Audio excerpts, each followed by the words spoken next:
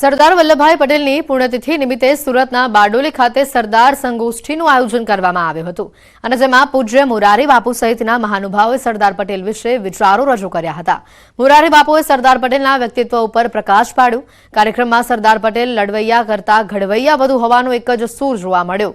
બારડોલીના સ્વરાજ આશ્રમ ખાતે કાર્યક્રમનું આયોજન કરવામાં આવ્યું હતું।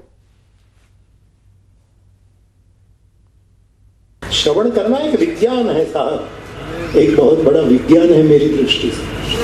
तो विनोदी थे, वरना विचारवान इतने गंभीर हो गए। इनमें धर्म के बारे में विचार करने वाले तो इतने गंभीर हो गए कि लगे कि इसके सामने बैठना इससे तो बेहतर है 1 महीना तिहाड़ जेल में चले जाए। तो सरदार पटेल विनोदी थे, इसके विनोद के छोटे छोटे चुटकुले बहुत फेमस है, बहुत सुंदर। વહેલી સવારથી જ ઊંઝા એપીએમસી ચૂંટણીનું મતદાન શરૂ થઈ ચૂક્યું છે। ખેડૂત વિભાગની 10 બેઠકો માટે 20 ઉમેદવારો મેદાને છે। ખેડૂત વિભાગની 10 બેઠકો માટે 261 મતદારો મેદાને છે, ત્યારે 20માંથી 5 ઉમેદવાર દ્વારા ભાજપના મેન્ડેટવાળા ઉમેદવારને સમર્થન અપાયું। તો આ તરફ વેપારી વિભાગની 4 બેઠકો માટે 16 ઉમેદવારો મેદાને છે। વેપારી વિભાગની 4 બેઠકો માટે કુલ 805 મતદારો મતદાન કરવાના છે।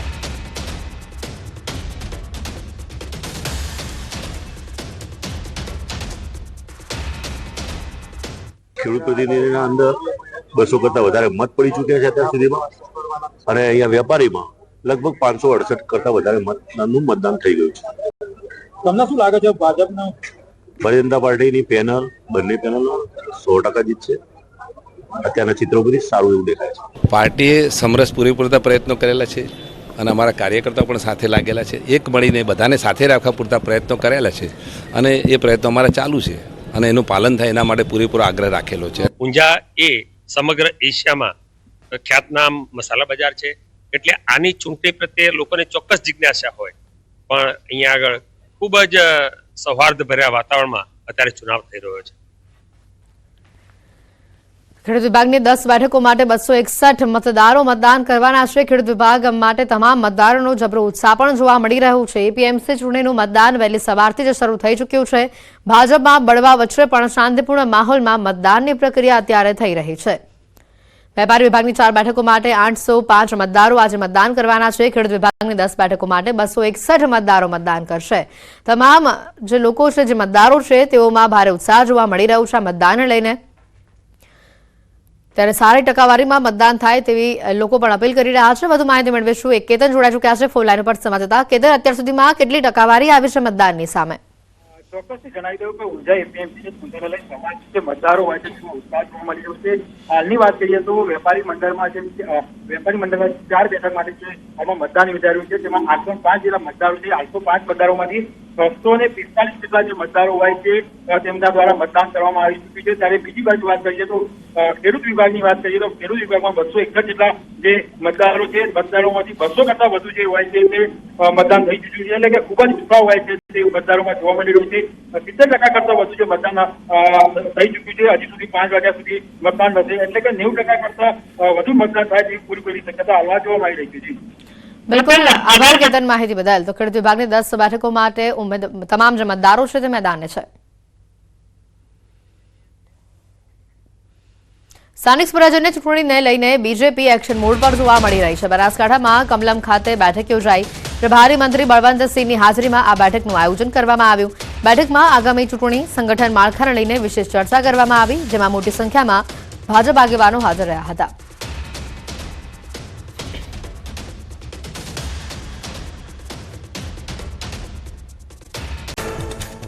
પ્રખ્યાત તબલાવાદક જાકીર હુસેનનું નિધન, 73 વર્ષની ઉંમરે અમેરિકામાં લીધા અંતિમ શ્વાસ। લાંબા સમયથી બીમાર હતા જાકીર હુસેન। જાકીર હુસેનને આ વર્ષે મળ્યો હતો બેસ્ટ ગ્લોબલ મ્યુઝિક આલ્બમનો એવોર્ડ। એશિયાની સૌથી મોટી ઊંઝા એપીએમસીમાં ચૂંટણીનું આજે મતદાન। ખેડૂત વિભાગના 20 ઉમેદવાર, વેપારી વિભાગના 16 ઉમેદવાર મેદાને। ભાજપના 3 જૂથો વચ્ચે ચૂંટણી જંગ જામ્યો। ફ્રાન્સના મેયોટ વિસ્તારમાં ચીડો વાવાઝોડાએ ભારે તબાહી મચાવી। વાવાઝોડામાં 1000થી વધુ લોકોના મોતની આશંકા। 220 કિલોમીટર પ્રતિ કલાકથી વધુની ઝડપે પવન ફૂંકાયો। સતત 5મા દિવસે રાજ્યમાં કાતિલ ઠંડીનો પ્રકોપ 6.8 ડિગ્રી સાથે નર્મદા ઠૂંઠવાયો તો નલિયામાં 7.8 ડિગ્રી તાપમાન નોંધાયું. થરાદમાં પણ 7.9 ડિગ્રી સાથે હાડ થીજવતી ઠંડીનો લોકોએ સામનો કર્યો. સૌરાષ્ટ્રની દક્ષિણ ગુજરાતમાં પણ ઠંડીનો કહેર યથાવત. ફ્રાન્સના મેયોટ વિસ્તારમાં વાવાઝોડાએ મચાવેલી તબાહીના ડ્રોન દ્રશ્યો સામે આવ્યા. કેટલાક સ્થળોએ સમગ્ર વિસ્તાર નાશ પામતા રહીશો બેઘર થયા. પહાડના ઢાળ તરફ બનેલા અસ્થાયી ઘરો સંપૂર્ણપણે તબાહ. ચીડો વાવાઝોડું 100 વર્ષનું સૌથી શક્તિશાળી વાવાઝોડું. કચ્છવાસીઓ થઈ જજો સાવધાન, હજુ પણ કાતિલ ઠંડી ભૂક્કા કાઢશે. ઠંડીને લઈને હવામાન વિભાગે કરી મોટી આગાહી. આગામી 2 દિવસ સુધી કચ્છમાં કોલ્ડ વેવની આગાહી. 2 દિવસ કચ્છમાં ઠંડીનું યલો એલર્ટ જાહેર કરાયું. 2 દિવસ બાદ ઠંડી ગાયબ થઈ જશે. અંબાલાલ પટેલે કરી ભૂક્કા બોલાવી દે તેવી આગાહી. કહ્યું 17મી બાદ તાપમાનમાં વધારો થશે અને ઠંડી ગાયબ થઈ હોય તેવો અહેસાસ થશે. કચ્છમાં ભારે પવનો ફૂંકાવાની કરી આગાહી. ડિસેમ્બરના અંતમાં ઠંડીનો નવો રાઉન્ડ આવશે. 26 ડિસેમ્બર બાદ મજબૂત પશ્ચિમી વિક્ષેપની શક્યતા. ઉત્તરીય પર્વતીય પ્રદેશોમાં ભારે હિમવર્ષાની અંબાલાલ પટેલે કરી આગાહી. ગુજરાતમાં ગાજવીજ અને કરા સાથે વરસાદનું સંકટ. અંબાલાલ પટેલે કરી મોટી આગાહી. કહ્યું 14મી જાન્યુઆરી બાદ કરા સાથે વરસાદની શક્યતા. 30 જાન્યુઆરી સુધી થશે ડબલ ઋતુનો અહેસાસ. કડકડતી ઠંડીમાં વડોદરાવાસીઓ ઠૂંઠવાયા. તાપમાનનો પારો 10.2 ડિગ્રી નોંધાયો. દિવસે પણ ગરમ વસ્ત્રો પહેરવા પડે તેવી સ્થિતિ. ઠંડા પવનો ફૂંકાતા લોકો તાપમાનનો સહારો લેવા મજબૂર. શહેરના રોડ રસ્તા પર ટ્રાફિકનું ભારણ પડ્યું ઘટ્યું. ઠંડીએ બતાવ્યું આક્રમક સ્વરૂપ. પંજાબ હરિયાણાથી લઈને ઓડિશા સુધી હાડ થીજવતી ઠંડીનો કહેર. ઓડિશાના મયુરભંજ જિલ્લાના રામતીર્થમાં લઘુત્તમ તાપમાન -10 ડિગ્રી નોંધાયું. ઉત્તર પશ્ચિમ ભારતમાં 5 દિવસ અને મધ્ય ભારતમાં 3 દિવસ કાતિલ ઠંડીની આગાહી. રાજસ્થાનના ઝુંઝુનુ જિલ્લામાં ઠંડીનો પ્રકોપ. ખેતરોમાં પક્ષી માટે મૂકેલા પાણીના કુંડામાં બરફ જામ્યો. બરફના કારણે શાકભાજીના પાકને પણ નુકસાન. 19 ડિસેમ્બર સુધી કોલ્ડ વેવ રહેવાની આગાહી. શ્રી ગંગાનગર અને સીકરમાં ગાત્રુ થીજવતી ઠંડી. ઠંડીનો પારો ગગડીને 5 ડિગ્રી સુધી પહોંચતા લોકો ઠૂંઠવાયા. આગામી દિવસમાં હજુ ઠંડી વધવાની આગાહી.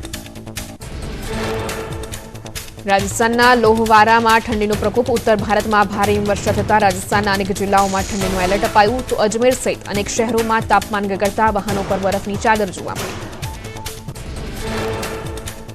માઉન્ટ આબુમાં ઠંડીનો કહેર. તાપમાન ફરી 2 ડિગ્રી ગળતા લોકો ઠૂંઠવાયા. અરવલ્લીના સર્વોચ્ચ ગુરુ શિખરમાં ઠંડા પવનો ફૂંકાયા. મેદાની વિસ્તારોમાં બરફની ચાદર છવાઈ. ઠંડીની મજા માણવા આબુમાં પ્રવાસીઓ ઉમટી પડ્યા. હિમાચલ પ્રદેશના શિમલામાં પ્રવાસીઓએ આઈસ સ્કેટિંગની માણી મજા. બરફવર્ષા બાદ ખુલ્લા મેદાનમાં પ્રવાસીઓ આઈસ સ્કેટિંગ કરવા ઉમટ્યા. બાળકો, યુવાનો અને વૃદ્ધોએ આઈસ સ્કેટિંગની મજા માણી. સ્કેટિંગનો નજારો ડ્રોન કેમેરામાં કેદ. જમ્મુ કાશ્મીરના ગુલમર્ગની તળેટીમાં કાતિલ ઠંડીથી આખો ધોધ જામી ગયો. ધોધ આખો બરફ થઈ જતા આહલાદક નજારો જોવા મળ્યો. બરફના ધોધને જોવા માટે મોટી સંખ્યામાં પ્રવાસીઓ પહોંચ્યા. સુંદર ધોધ જોઈને પ્રવાસીઓમાં આનંદ. જમ્મુ કાશ્મીરમાં ભારે હિમવર્ષાને લીધે જનજીવન પ્રભાવિત થયું. કાચની જેમ બરફ જામી જતા રસ્તા લપસણા થયા. લોકોને રસ્તા પર ચાલવામાં પણ હાલાકી વેઠવાનો વારો આવ્યો. તો વાહનો પણ બરફીલા રસ્તા પર લપસી જતા અકસ્માતનો ભય સર્જાયો. ઉત્તરીય પર્વતીય વિસ્તારોમાં ઠંડીનો પ્રકોપ. મનાલીમાં ગગડતા તાપમાનના લીધે ખીણ વિસ્તારોમાં જાણે વાદળ ઉતરી આવ્યા હોય તેવો નજારો જોવા મળ્યો. ઠેર ઠેર ધુમ્મસભર્યું વાતાવરણ જોવા મળતા સ્વર્ગ જેવા દ્રશ્યો સર્જાયા. હિમવર્ષાના આગમન બાદ મનાલી ઠૂંઠવાયું. પારો ગગડતા સ્થાનિક નદી નાળા બરફ બન્યા. થીજી ગયેલા જળાશયો જાણે કાચ બન્યા હોય તેવો પણ નજારો જોવા મળ્યો. તાપમાનમાં ઘટાડો થતા જનજીવન પ્રભાવિત થયું. જમ્મુ કાશ્મીરના કોલ્ડ વેવની અસર. ડલ લેક પર ધુમ્મસ ભર્યું વાતાવરણ જોવા મળ્યું. તો યાયાવર પક્ષીઓનો પણ ડલ લેકમાં જમાવડો જોવા મળ્યો. સતત ગગડી રહેલા તાપમાનના લીધે જનજીવન પર અસર. શિમલામાં ઉમટ્યા પ્રવાસીઓ. હિમવર્ષાના સમયગાળામાં વિદેશી પ્રવાસીઓએ પણ શિમલાની મુલાકાત લીધી. ફાગુ, કુફરી, નારકંડા સહિતના સ્થળોએ પ્રવાસીઓની ભીડ જામતા ધંધા રોજગારને પણ વેગ મળ્યો. તો પ્રવાસીઓએ વાતાવરણની લીધી મજા. ઓડિશાના મયુરભંજમાં કોલ્ડ વેવની અસર. તાપમાન ગગડતા ઝાકળના ટીપા થીજી ગયા હોય તેવા દ્રશ્યો જોવા મળ્યા. તળાવના પાણી પર પણ ઠંડી વરાળ જોવા મળી. તો છોડ પર મોતીના દાણાની જેમ બરફ જામ્યો. તમિલનાડુનું થૂથુકુડી થયું પાણી. પીએનટી કોલોની, કથિરવેલ નગર સહિતના વિસ્તારોમાં પાણી ભરાતા લોકોને હાલાકી વેઠવાનો વારો આવ્યો. આકાશી આફત બાદ હજુ પણ પાણી ન ઓસરતા તંત્રની કામગીરી પર ઉઠ્યા સવાલ. થૂથુકુડીમાં જળબંબાકારની સ્થિતિ યથાવત. નીચાણવાળા વિસ્તારોમાં પાણી ન ઓસરતા લોકો પરેશાન થયા. મિલ્લેરપુરમ સહિત થૂથુકુડીના પશ્ચિમ વિસ્તારોમાં રસ્તાઓએ જળસમાધિ લીધી હોય તેવા દ્રશ્યો જોવા મળ્યા. મોરબીમાં ગરમ કપડાની તિબેટિયન માર્કેટમાં જોવા મળી તેજી. કડકડતી ઠંડી વચ્ચે લોકોએ ગરમ કપડાની ખરીદી શરૂ કરી. આગામી સમયમાં વધુ ઠંડી પડવાની આગાહીને ધ્યાને રાખીને લોકો પૂર્વ તૈયારીમાં લાગ્યા. સત્તારધાર ગામ અને આપાગીગાની જગ્યાનો વિવાદ સુરત પહોંચ્યો. ગુર્જર ક્ષત્રિય કડિયા સમાજ મોરચો કાઢી કલેક્ટર કચેરીએ પહોંચ્યા. વિજય બાપુને બદનામ કરી પૈસા પડાવવાનું કાવતરું ઘડાયું હોવાના આક્ષેપ કર્યા. આરોપીઓ સામે કાર્યવાહી કરવા આવેદન અપાયું. ભાવનગરમાં ડોક્ટર સાથેની છેતરપિંડીમાં વધુ એક આરોપી ઝડપાયો. શેરબજારમાં રોકાણના બહાને ડોક્ટર સાથે કરી હતી 50.89 લાખની ઠગાઈ. સાયબર ક્રાઇમની ટીમે હર્ષિલ દવે નામના શખ્સનો હરિયાણા જેલમાંથી કબજો મેળવ્યો. આ કેસમાં અગાઉ 5 આરોપીઓની થઈ હતી ધરપકડ. જૂનાગઢમાં દુષ્કર્મ આરોપીએ ઝેરી દવા પીને કરી આત્મહત્યા. 7 દિવસની પેરોલ મળતા ઘરે આવ્યો હતો આરોપી. મિતુલ બારૈયા નામના આરોપીએ ફરી જેલમાં ના જવું પડે તે માટે જીવન ટૂંકાવ્યું. પોલીસે વધુ કાર્યવાહી હાથ ધરી.